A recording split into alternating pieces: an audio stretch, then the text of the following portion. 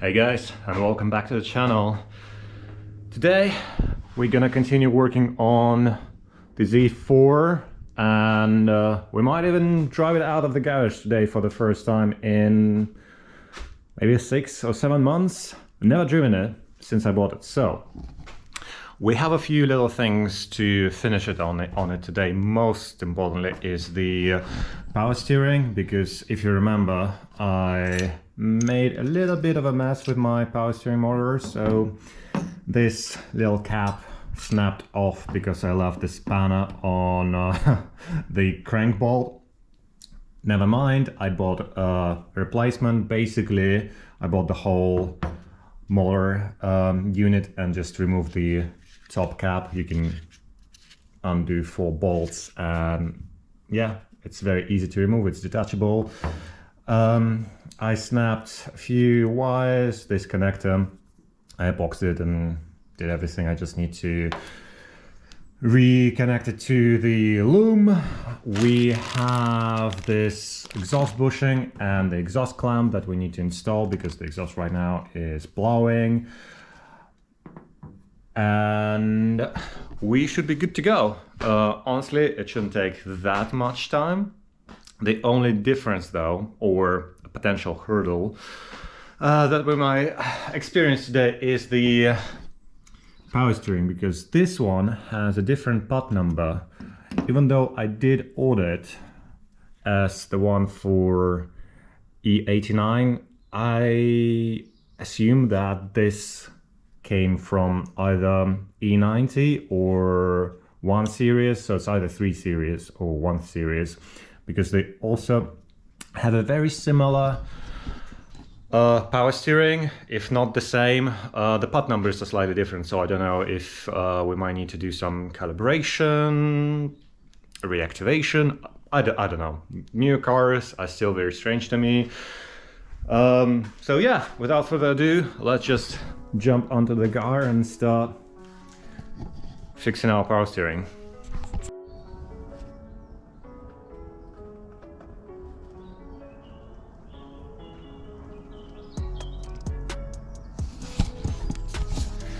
Yeah, this is kind of the damage and we need to remove that cap that is damaged by myself, and yeah, just replace it. As I said, there are 4 bolts. You can see it from here, 1, 2, 3, 4, and in theory you can just tap it out. This one was a bit tough because the metal got corroded. It's all aluminum, so some oxidation is expected. There's this loom that I need to fix, but overall not too bad.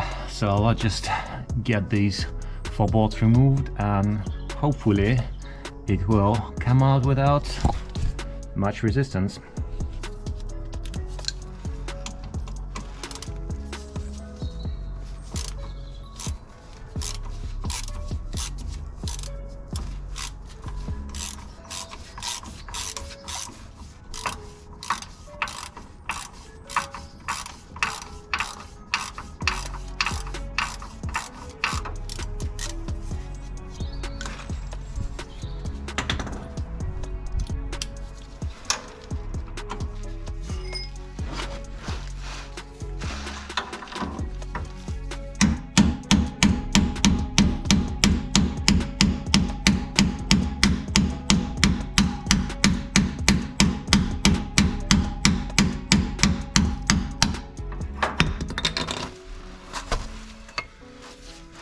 Well, this came out a lot easier. Well, I don't know if you can tell, but there's a lot less oxidation. But this is it. This is how you replace the top cap. There's no need to replace the whole motor if only this thing is gone. So we can try and put the new one in. I'm thinking of putting a little bit of grease around this edge just to help it slide in. So give me a second, I'll be right back. I applied a thin layer of silicone grease. So the reason is just to make it slide a little bit easier and hopefully prevent the further oxidation in the future. And I think it goes only one way in. 3 tabs there. You just need to align it perfectly.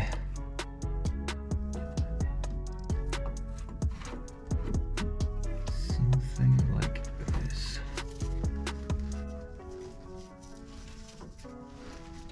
Oh yeah. Okay, maybe not quite. Oops, I don't wanna bend anything. That would have been a disaster. Hold on, I think I need to reposition myself because I can't see where it's going.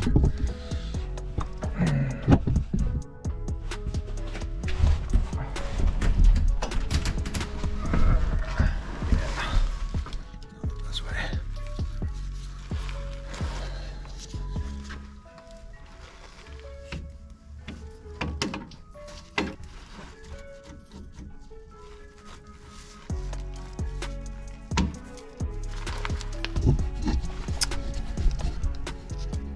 Right, so this is how it's sitting. You can see there's a little barcode and it should match with the flat bit on the motor itself, and everything should just align. So step it back in, see if it's gonna sit well enough. Actually, you know what, I might just use the bolts. If they will grab just to start it. I don't want to hammer it in.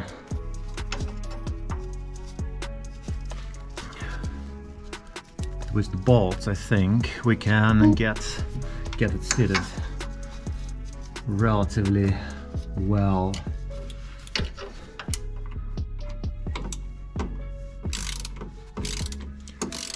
My main concern is the tabs inside. I'm just hoping that they align perfectly and everything is where it's supposed to be and not bending.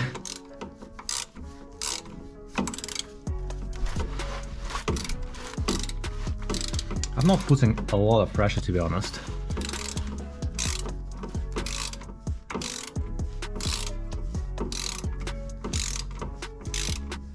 There's some resistance, but not a big deal of it. So I'm hoping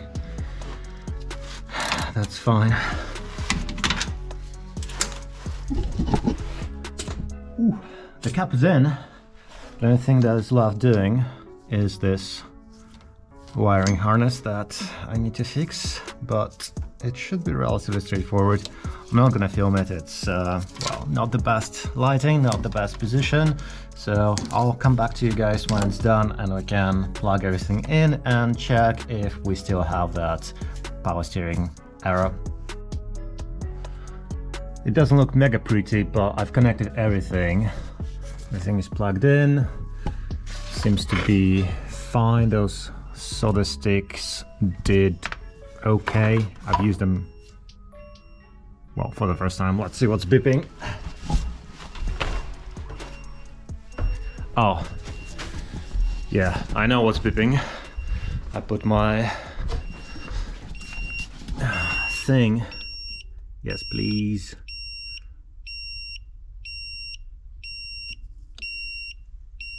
Yeah, I think it's just draining it. But basically, the battery is a bit low and it triggers low voltage error, or it says spark and you can't start the car. But basically, let's see if the steering or power steering error is still present. Well, that's has to be expected. Can you do anything? Okay, there is a warning light, which is probably related to all sorts of things. We have ABS, we have pretty much everything right now. Should we start the car and see if it's changing? Oh, nice. I guess it's just a low voltage thing. Let me get my... getting out of this car is a bit tricky. Okay, let's do it again. Boost it. No. Come on. Boost it. I don't know what 3 means.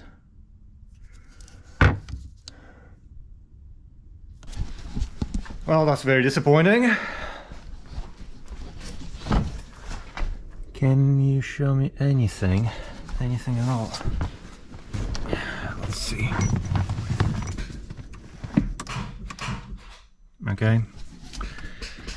We don't have enough juice. I guess I'm just gonna try and recharge my battery.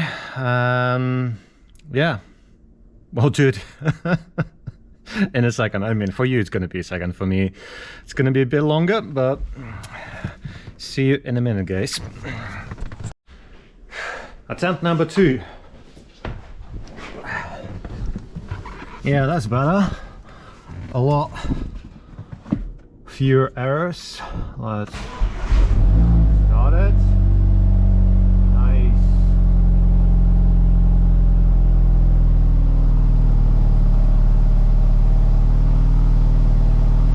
For some reason though, oh no, the steering thing is back. Oh, we lost fuel somehow.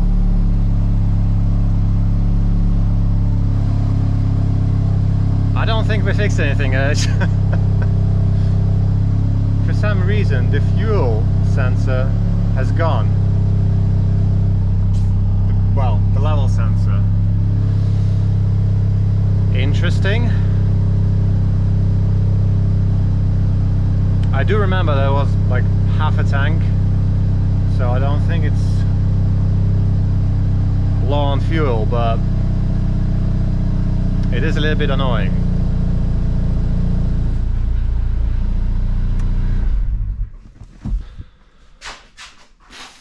Yeah, one of those days. I think a lot of those issues are battery related, and I just need to charge my battery because the jump back is fine, but it can hold certain current only for X amount of minutes, if not seconds. So it's acting up weirdly, and yeah, I don't like it. The power steering is fine-ish. We need to take it on the road, and I don't like the connectors. Ideally, I need to replace those connectors that I ruined because they don't have the plugs that clip in. So they might fall out or wiggle, and it's gonna cause all sorts of issues because it's a electric power steering. So you don't want to have any shorts in your connectors. So I think I'll try to find either a new loom or just the plugs themselves and try to repin it.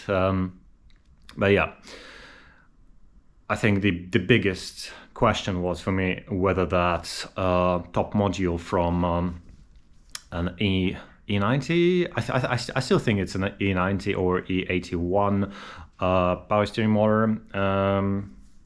It fits, it works. Will it cause any issues? I don't know. Will it require any calibration? I don't know. I guess we'll find it out later. Right now I will do what I plan to do. Put this thing back on, put this thing on, so we have exhaust that is not blowing, and hopefully it sounds nice. So yeah, let's do that and we'll wrap it up. Maybe the battery will be charged enough so we can have another test today. But if not, I will probably do it some other time, which in this case means that the video won't come out anytime soon, but well, at least not in a couple of days. Right, so let's go back under the car and fix our exhaust.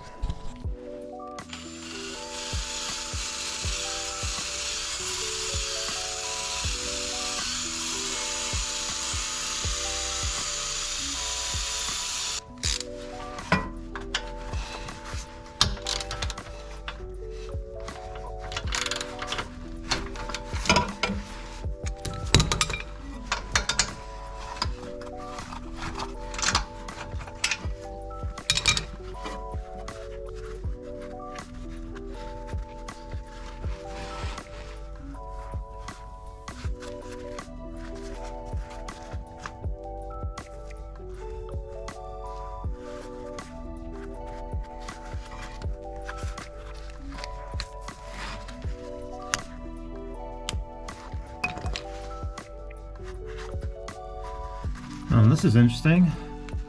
This bulb has a sort of like a lip here that won't let you pull out, which is interesting, but it means that I have to get it out from well, probably I'll have to cut the bushing here and get it out because I don't have a new bolt.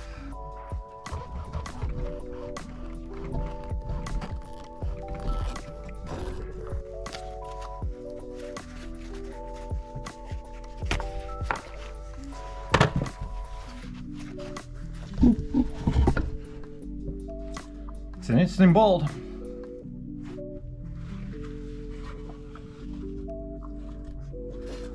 As far as I can tell, it is very much symmetrical, so it doesn't really matter which side it goes in. So I'm gonna put this bolt straight in and we'll sand it.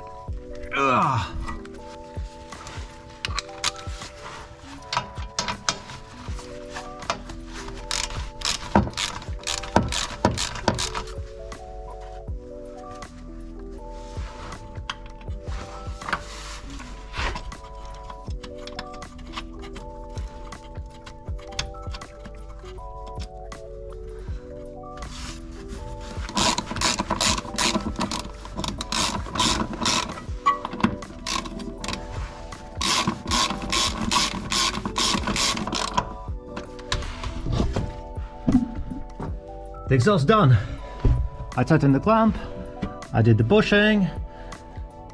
I'd say we are done with everything that is under the car. I hope that I wouldn't have to go under it anytime soon, so I just need to clean it up. It's a total mess under here, but let's get out and see what else can we do today on the car.